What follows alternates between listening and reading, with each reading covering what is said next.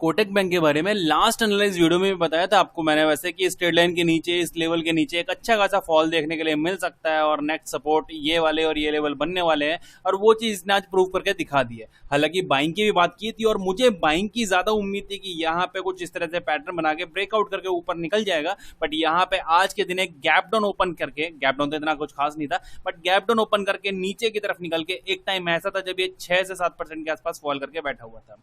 अच्छा, आज की अगर बात करूं ये फॉल का रीजन क्या हो सकता है, तो रीजन इसका कहीं ना कहीं रिजल्ट है जो कि रिजल्ट का वीकेंड पे अनाउंस किया गया है। बट सच बताऊं ना, मैं अपने दिल की बात बताऊं तो इतना बुरा रिजल्ट था नहीं जितनी बुरी परफॉर्मेंस इसने करके दिखाई है। अब इसके पीछे आप यहाँ पे इंडेक्स मैनेज करने की बात कहो कि एचडीएफसी बैंक को ऊपर और कोटक बैंक को नीचे लाया गया है, या फिर ये कह लीजिए कि यहाँ पे पूरी तरीके से प्लान था सब कुछ कि ऊपर की तरफ यहाँ पे बायर्स बैठे हुए हैं, काफी सारे कॉल होल्ड करके गए हैं तो हम यहाँ नीचे निकाल देते हैं और लॉस तो कराना ही होता है क्योंकि रिटेलर को हर कोई प्रोटेक्ट करना चाहता है। हैशटैग से भी एक्चुअल में आते हैं यहाँ पे पॉइंट पे। कल के दिन हमने 45 के नीचे ट्रेड करने के लिए बात की थी जो कि ऑलरेडी ट्रिगर हो चुका है। अब बात करूं अगर मैं यहाँ पे आज के दिन 4.5% के आसपास का फॉल करके बैठा हुआ है और अगर आप ये कहते हैं कि ये फॉल कंप्लीट हो गया यानी कि यहाँ से रिवर्स करके ऊपर जाने के लिए तैयार है, तो कहीं ना कहीं आप यहाँ पे गलत हो सकते हैं। रीजन क्या है उसका, उसको भी बताता हूं। आप यहाँ पे आपके सबसे पहले आज की नेगेटिव कैंडल के बारे में अगर बात करें, यहाँ पे सबसे पहली चीज वॉल्यूम यहाँ पे देखा गया है, ठीक है। दूसरी चीज अगर देखा जाए तो सपोर्ट जो थी उनको टेस्ट किया गया है।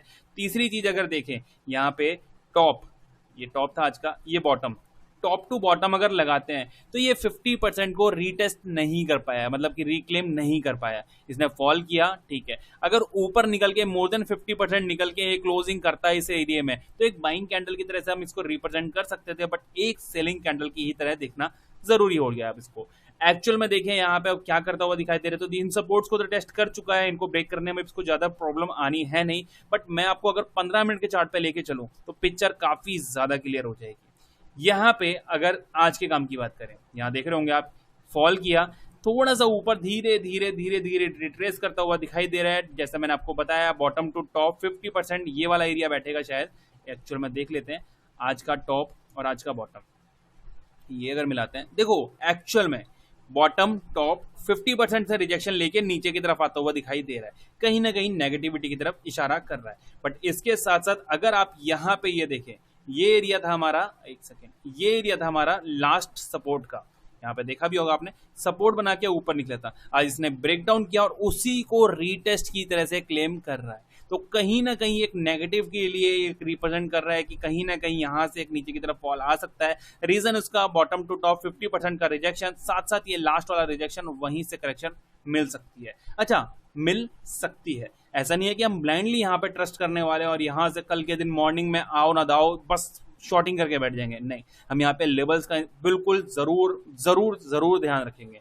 सबसे पहले अगर बात करूं शॉर्टिंग के लिए क्या लेवल परफेक्ट हो सकता है, तो कहीं ना कहीं आप यहाँ पे देख रहे होंगे, एक सेकेंड, कहीं ना कहीं आप यहाँ पे देख रहे होंगे कि ये जब अपसाइड लगाया है इसने, यहाँ से एक ये वाली बाइंग कैंडल है, ठीक है, उसके बाद एक बहुत अच्छी बाइंग कैंडल बनाई, रिट्रेस किया लगभग 50% के आसपास का, वैसे तो यहाँ बैठेगा, नीचे ऊपर निकला, ये जो रिजेक्शन था इसको ब्रेक किया, थोड़ा सपोर्ट बनाया, फिर धीरे से स्पीड थोड़ी सी स्लो करी, एक बड़ा मोमेंटम किया, एक बड़ी कैंडल बनाई और फिर यहीं पे ऑफ कर दिया, मतलब कि क्लोजिंग कर दी।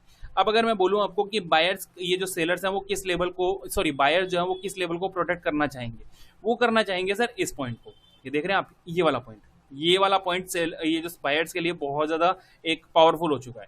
अब उनके हिसाब से ये बाइंग कैंडल काफी ज्यादा पावरफुल है। अगर इस पॉइंट को दोबारा से सेलर्स नीचे ले जाते हैं या फिर रिक्लेम कर देते हैं, देन यहाँ पे ये पॉइंट ब्रेक करके और नीचे निकलना शुरू कर देगा।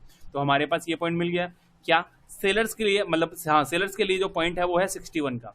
अगर कल के दिन फिर से नीचे की तरफ निकलता है 1761, दोबारा से ये रीब्रेक करता है, दोबारा से ब्रेक करता है, देन यहाँ पे फिर बड़ा फॉल आपको देखने के लिए मिल सकता है और फिर ये वाले पॉइंट रीटेस्ट करके नीचे निकलता हुआ दिखाई दे सकता है। तो कहीं ना कहीं 61 के नीचे एक फॉलिंग देखने के लिए मिल सकती है।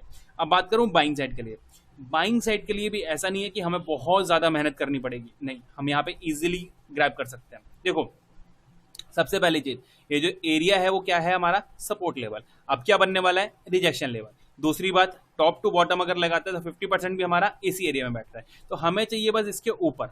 अगर ये कल या फिर आने वाले टाइम में जैसे ही ये 1810 10 को क्रॉस करता है, फिर यहाँ पे हम इसको बाइंग के लिए देख सकते हैं। अच्छा, अब यहाँ पे सबसे बड़ा क्वेश्चन ये होता है कि ये यार बहुत ज्यादा दूर हो गया है 10 और ये 61, मतलब कि लगभग 50 पॉइंट का यहाँ पे बीच में स्लॉट मिल रहा है, तो 50 पॉइंट का हम यहाँ पे ट्रेड नहीं करेंगे। तो यस, यहाँ पे 50 पॉइंट आपको थोड़ा सा दिक्कत दे सकते हैं, क्योंकि देखो मैं आपको समझाता हूँ। एक बार 1 घंटे के चार्ट पे चलते हैं। चल क्या रहा है यहाँ पे समझना, ये एक यहाँ पे एक डायरेक्ट मूव दिया है इसने, मतलब एक रैली टाइप इसने करके दिखाया, फिर एक sideways performance, right, sideways sideways sideways sideways. ये क्या होता है, ये ऑप्शन सेलर्स की मार्केट रहती है, ये ऑप्शन सेलर की, ये ऑप्शन बायर्स के लिए, ठीक है, ये ऑप्शन सेलर के लिए। अब क्या किया, यहाँ पे एक डायरेक्ट मूव दिखा दी ऑप्शन बायर के लिए, यहाँ पे आप मूव दिखा दी, तो अब हो सकता है कि एक ऑप्शन सेलर के लिए मार्केट जनरेट की जाए। अब ऑप्शन सेलर क्या करना चाहेगा, अब ज्यादातर क्या होगा, आप मेरे हिसाब से यहाँ पे ये एरिया जो है वो शॉर्टिंग हो चुकी है, मतलब ये जितनी भी कॉल्स होंगी वो शॉर्ट हो चुकी हैं। ये वाला एरिया, ये जो पुट है, ये जो 1700 1725 1750 17, ये सारी जो पुट हैं ये शॉर्ट हो चुके हैं, ये वाली जो कॉल है ये शॉर्ट हो चुके हैं। अब मार्केट को इसी डायरेक्शन में, मतलब ऊपर नीचे ऊपर नीचे ऊपर नीचे इसी एरिया में थोड़े दिन घुमाना, ताकि ये जो प्रीमियम्स हैं ये थोड़ा सा टिके होकर इन प्रीमियम्स को जो है वो खाया जा सके। ये सारी पिक्चर यहाँ पे क्लियर होती है। तो ये हो सकता है, चांसेस इसके हैं कि इसी एरिया में यहाँ पे थोड़ा सा 10-12 दिन और यहाँ पे घुमाया जाए। तो मेरे हिसाब से जब तक ये पॉइंट ब्रेक नहीं करता, हम यहाँ पे इसको कोई भी डायरेक्शन मूव नहीं करने वाले हैं। अगर 18-10 ब्रेक करता है ऊपर साइड के लिए, तो हम यहाँ पे बाइंग साइड के लिए देख सकते हैं, क्योंकि ये सारे ब्रेक जो हो जाएंगे। और नीचे के लिए 61 के नीचे हम यहाँ पे फिर इसको 1700 और 1675 तक के एक टारगेट के लिए ट्रेड करना शुरू कर सकते हैं। देखते हैं बाकी किस तरह से काम करेगा कोटक महिंद्रा बैंक। उम्मीद करता हूँ वीडियो पसंद आई होगी, लाइक कर देना, शेयर कर देना और चैनल सब्सक्राइब कर देना।